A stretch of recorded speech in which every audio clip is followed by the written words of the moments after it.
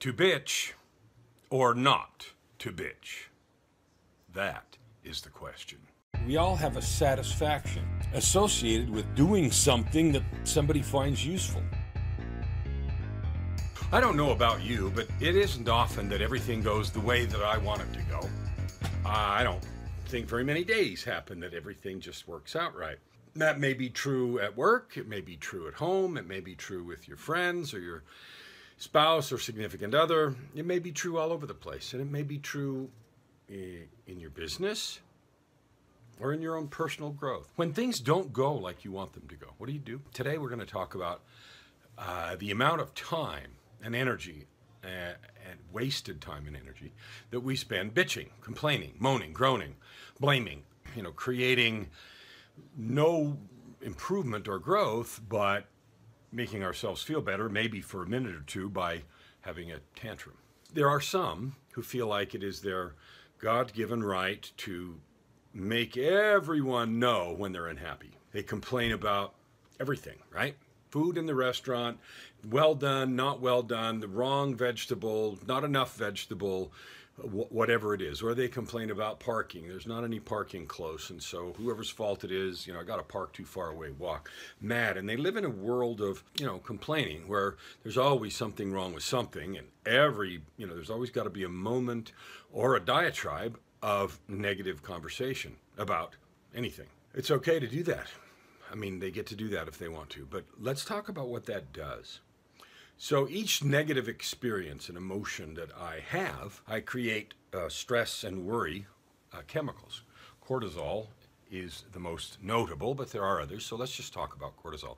So every time I live in a place of being negative or complaining and getting emotionally, I'm turning up the cortisol knob. Turn it up, right?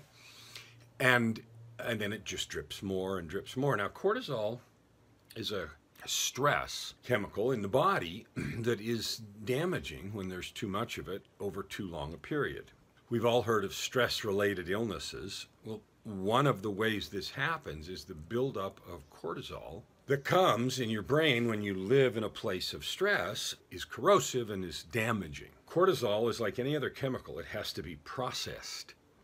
It doesn't just evaporate. So the more you produce, the longer it takes to process, and the body has to take care of it, do something with it, use it up, spit it out, change it, whatever, but it takes a certain amount of time. The more I complain, the longer and harder my body has to work to process the cortisol. That's like the more I drink, if I drank, which I don't, but the more someone would drink alcohol, the longer it takes the body to get rid of it. And there's nothing really to do to change the rate at which the body metabolizes alcohol or these other chemicals. So one reason not to live in a place of complaint or bitchiness is because it creates you a problem.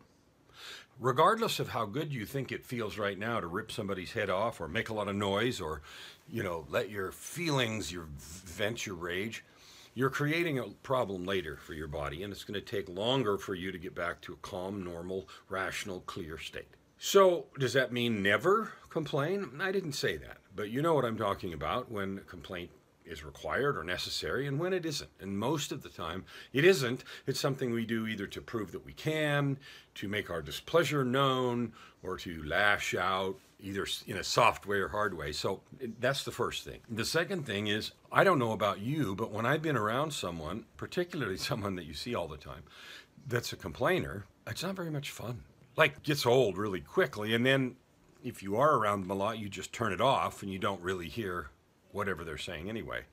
And you might hear a word or two, and it's still on the complaint channel, so, back off it goes. So if you complain, you're creating a circumstance where people ignore you. That's another reason not to be a complainer. A third reason in the bitch, not bitch sort of decision is that when you're in the mode of complaining, finding fault, being negative, you are also less creative and less observant. So your opportunity to see corrections, possibilities, potential solutions, things that can happen is diminished. Because when we look at things through dark glasses, everything's darker. And so if we look at things, situations, people through the lens of what's wrong, it's wrong, it's wrong, then that's what we see. We literally find what we're looking for. Lots of studies done about that. So you reduce your ability to fix whatever it is that you're unhappy about. Now, one of the favorite things of those that I would call bitchy is they especially like to complain, and harder when it's somebody else's fault, right? Well, they, and the louder the better, because they completely absolve themselves of any responsibility in either causing or mitigating or fixing whatever it is. Well, there's another thing that is kind of a point against you in the bitchiness camp, is it gets in the way of your ability to have what you want. Not only are you less observant and less creative, but you're less invested in fixing the problem. You have decided your satisfaction comes from complaining, not from actually making the problem go away and moving closer to whatever it is you thought you wanted or expected, because, it wasn't that way and that was the complaining. So you damage your health, you're obnoxious to be around, you limit your creativity, and you limit your ability and resourcefulness to solve the problem when you adopt the position of complainer. I don't know about you, but to me, there's tons of reasons not to adopt a positive outlook always. Not that everything that happens is good and fun, but the complainer sits in the victim mode, and the owner says, okay, this is what happened. What can we do? What's next? What's up? And when you do that, or we approach things with a positive repair, growth, mitigation-oriented attitude to make things better. So your daily transformation today is to take all day and ask yourself, when anything happens around you of any significance, what are you going to do? Is your first tendency to complain or to, moan or whatever? And if it is, change it. Intentionally adopt the attitude. I don't mean of someone to get pushed around, but of the person who doesn't complain, who instead sets all that aside and focuses right on what's next. I challenge you to do that. I can promise you that if you take a day and you do that, the day will be completely different and more positive and more productive, and you'll feel better.